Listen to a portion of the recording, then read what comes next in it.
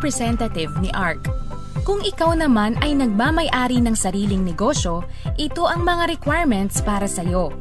2 valid IDs, government issued, business permit, 3 months latest bank statement, trade reference, ITR or annual statement, allotment slip, proof of billing, credit application form na manggagaling sa accredited representative ni ARC.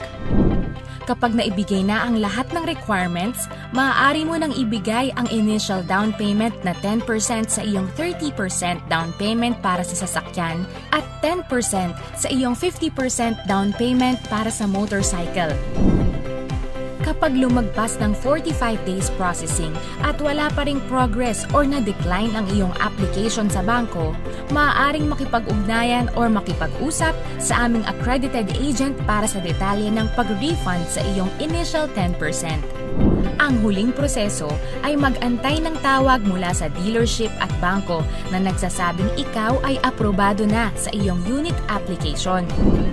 Maaari nang mag-set ng schedule kung kailan marirelease ang ninanais na sasakyan at sa naitakdang releasing date, maaari na ring isettle ang remaining ng 30% or 50% down payment.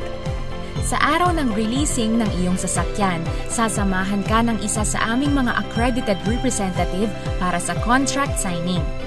At pagkatapos, maaari mo nang iuwi ang iyong brand new car. Kami umaasa na kayo'y makakapanayam namin para sa maayos na pakikipagtransaksyon.